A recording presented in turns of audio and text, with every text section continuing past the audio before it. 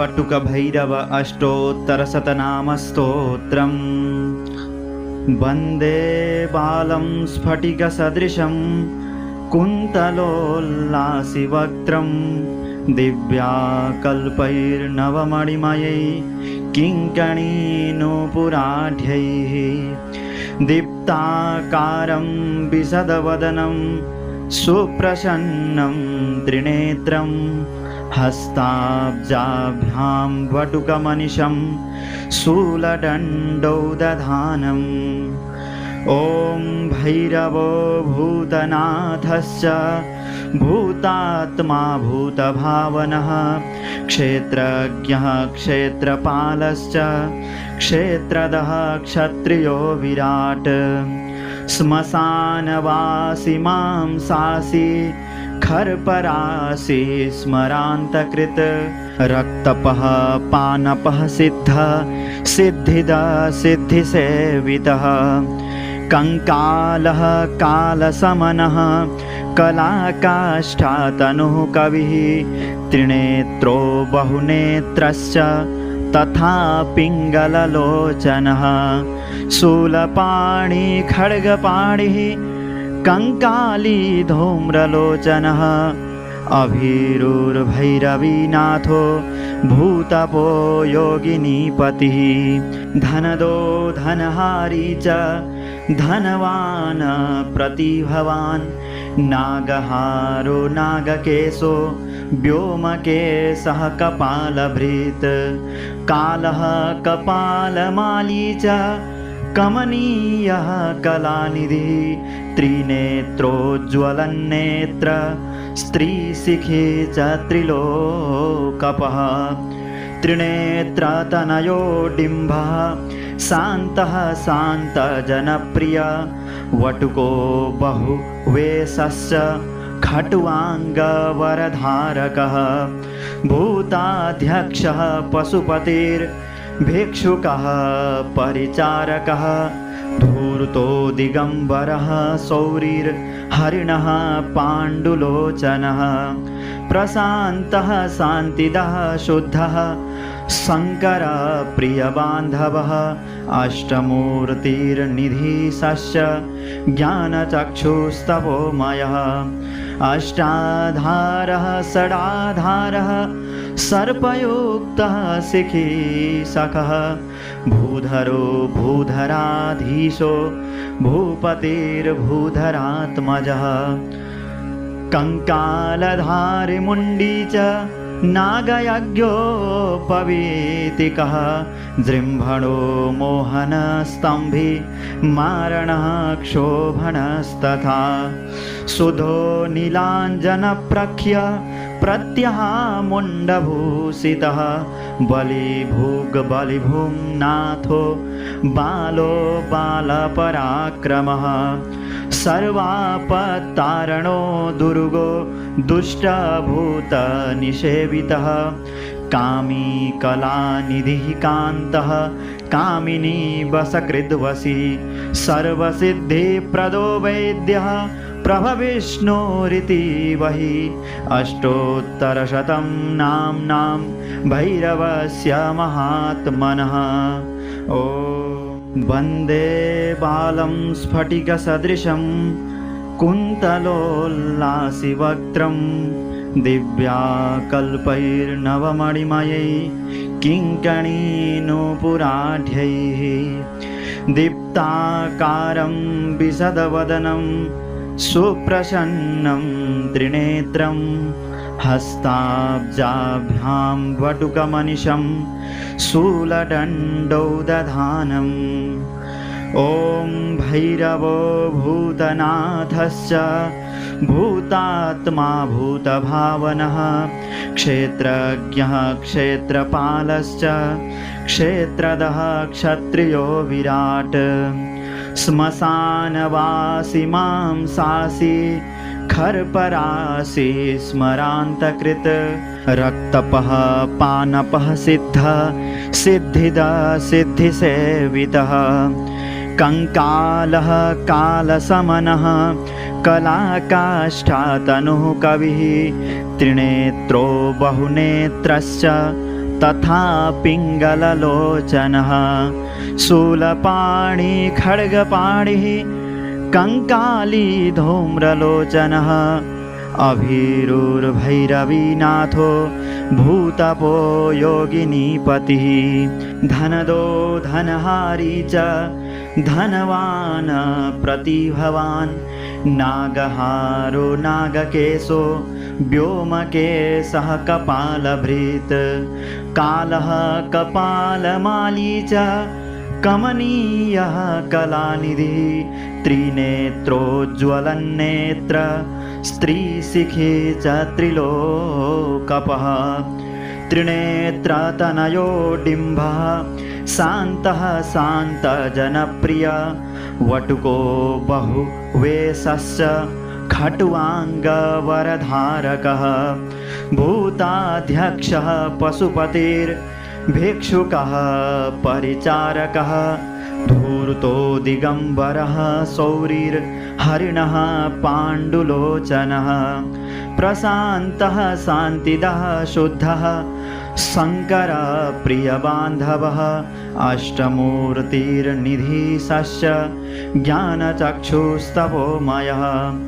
अष्टाधारः षडाधारः सर्पयुक्तः शिखीशकः भूधरो भूधराधीशो भूपतिर्भूधरात्मजः कङ्कालधारिमुण्डी च नागयज्ञोपवीतिकः जृम्भणो मोहनस्तम्भि मारणः क्षोभणस्तथा सुधो नीलाञ्जनप्रख्य प्रत्यहामुण्डभूषितः बलिभुग्बलिभुम्नाथो बालो बालपराक्रमः सर्वापत्तारणो दुर्गो दुष्टभूतनिषेवितः कामी कलानिधिः कान्तः कामिनी वसकृद्वशी सर्वसिद्धिप्रदो वैद्यः प्रभविष्णुरिति वहि अष्टोत्तरशतं नाम्नां भैरवस्य महात्मनः ॐ वन्दे बालं स्फटिकसदृशं कुन्तलोल्लासिवक्त्रं दिव्याकल्पैर्नवमणिमयै किङ्कणीनुपुराढ्यैः दीप्ताकारं विशदवदनं सुप्रसन्नं त्रिनेत्रं हस्ताब्जाभ्यां वटुकमनिशं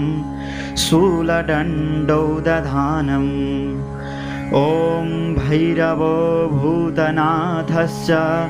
भूतात्मा भूतभावनः क्षेत्रज्ञः क्षेत्रपालश्च क्षेत्रदः क्षत्रियो विराट् श्मशानवासी मांसासि खर्परासि स्मरान्तकृत रक्तपः पानपः सिद्धः सिद्धिदा सिद्धिसेवितः कङ्कालः कालसमनः कलाकाष्ठातनुः कविः त्रिनेत्रो बहुनेत्रश्च तथा पिङ्गललोचनः शूलपाणि खड्गपाणिः कङ्काली धूम्रलोचनः अभिरुर्भैरवीनाथो भूतपो योगिनीपतिः धनदो धनहारी च धनवान् प्रतिभवान् नागहारो नागकेशो व्योमकेशः कपालभृत् कालः कपालमाली च कमनीयः कलानिधिः त्रिनेत्रोज्ज्वलन्नेत्र स्त्रीशिखे च त्रिलोकपः त्रिनेत्रतनयो डिम्बः शान्तः शान्तजनप्रिय वटुको बहुवेशश्च खट्वाङ्गवरधारकः भूताध्यक्षः पशुपतिर्भिक्षुकः परिचारकः धूर्तो दिगम्बरः शौरिर्हरिणः पाण्डुलोचनः प्रशान्तः शान्तिदः शुद्धः शङ्करप्रियबान्धवः अष्टमूर्तिर्निधिशश्च ज्ञानचक्षुस्तपोमयः अष्टाधारः षडाधारः सर्पयुक्तः शिखीसखः भूधरो भूधराधीशो भूपतिर्भूधरात्मजः कंकालधारिमुण्डी च नागयज्ञोपवीतिकः जृम्भणो मोहनस्तम्भि मारणः क्षोभणस्तथा सुधो नीलाञ्जनप्रख्य प्रत्यहामुण्डभूषितः बलिभुग्बलिभुम्नाथो बालो बालपराक्रमः सर्वापत्तारणो दुर्गो दुष्टभूतनिषेवितः कामी कलानिधिः कान्तः कामिनी वसकृद्वशी सर्वसिद्धिप्रदो वैद्यः प्रभविष्णुरिति वहि अष्टोत्तरशतं नाम्नां भैरवस्य महात्मनः ॐ वन्दे बालं स्फटिकसदृशं कुन्तलोल्लासिवक्त्रं दिव्याकल्पैर्नवमणिमयै किङ्कणीनुपुराढ्यैः दीप्ताकारं विशदवदनं सुप्रसन्नं त्रिनेत्रं हस्ताब्जाभ्यां वटुकमनिशं शूलदण्डौ दधानम्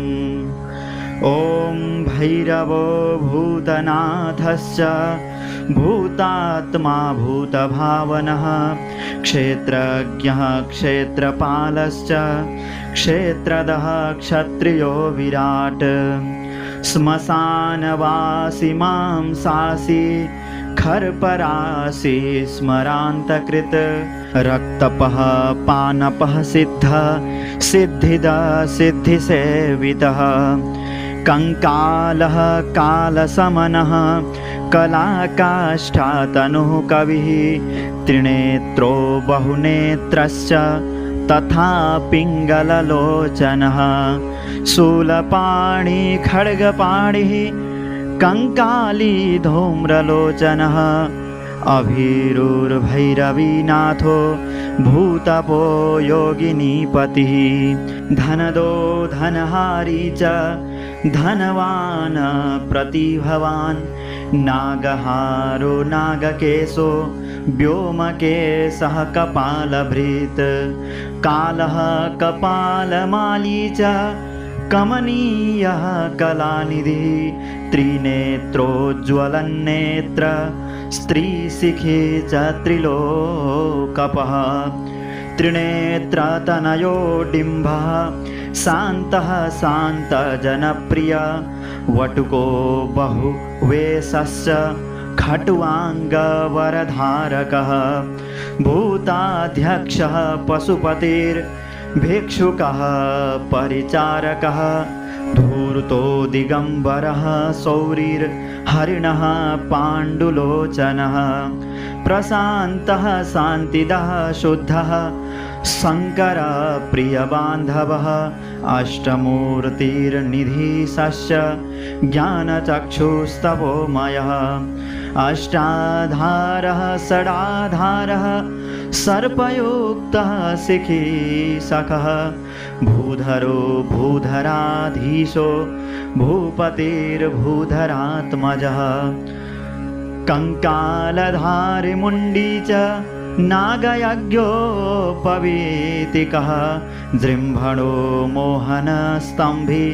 मारणः क्षोभणस्तथा सुधो नीलाञ्जनप्रख्य प्रत्यहामुण्डभूषितः बलिभुग्बलिभुम्नाथो बालो बालपराक्रमः सर्वापत्तारणो दुर्गो दुष्टभूतनिषेवितः कामी कलानिधिः कान्तः कामिनी वसकृद्वशी सर्वसिद्धिप्रदो वैद्यः प्रभविष्णुरिति वहि अष्टोत्तरशतं नाम्नां भैरवस्य महात्मनः।